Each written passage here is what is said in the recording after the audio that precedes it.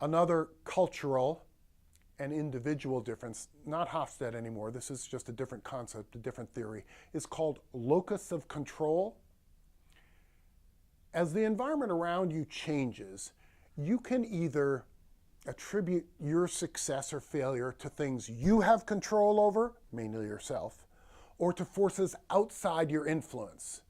Do you feel things happen because of destiny, fate, predestination? Are things pretty much inevitable?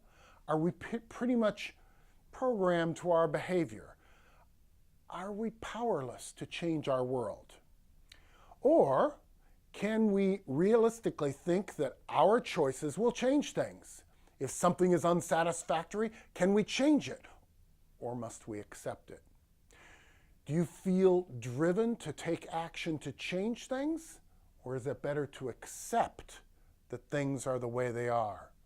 Neither one of these perspectives is right or wrong. They're cultural perspectives. So here are some of the various dimensions of culture. And note there is nothing about dress or music or dancing. When we talk about culture, we mean how people interpret their world differently and how that shapes our behavior. Our first step, the first step that you should do, is to accept that we really do see things differently. And the second is to realize that our way isn't automatically the right or normal or best way. Our way is just different. This is tough to do. We want to believe there's a right way and a wrong way. Our culture has taught us this, and that's why we believe our culture is better than others. We don't like this sense that everything is relative. So when you get people together from different cultures and subcultures, all believing that their way of seeing the world is the right way, these different perspectives can cause misunderstandings, and that's what's called cross-cultural miscommunication. There's a phrase often used now called cultural competence. That means that a person is aware of how culture can affect communication. They don't assume that there's only one way to communicate. They don't assume that they know what a person is thinking because of body language or gestures. They realize different cultures act differently. They take steps to assure that when they're with those different cultures, they are cautious of their assumptions.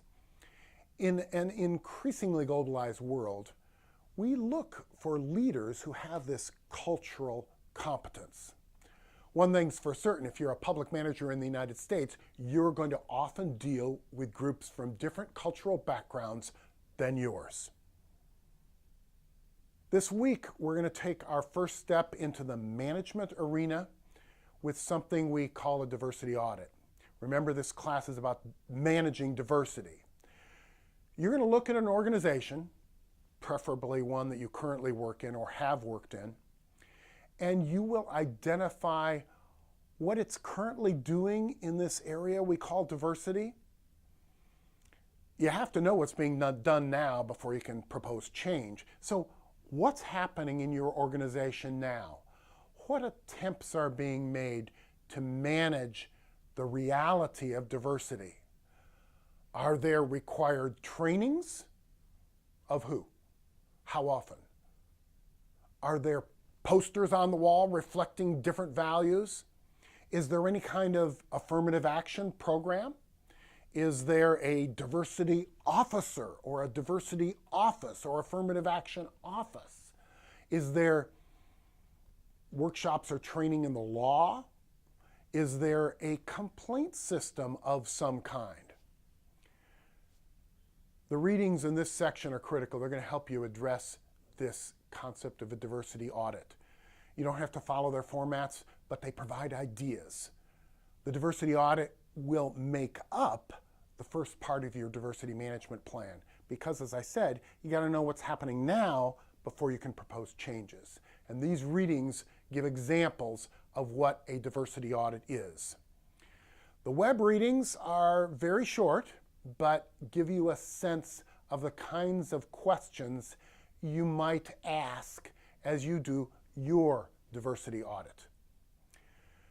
There are some readings in this section in this week that you've got to find in the library database. Please don't skip them. If you have any questions about how to access them, let me know. For discussion board this week, I've only got one question. Share an experience of cross-cultural communications problems that you've encountered. Who misunderstood you, or who did you misunderstand?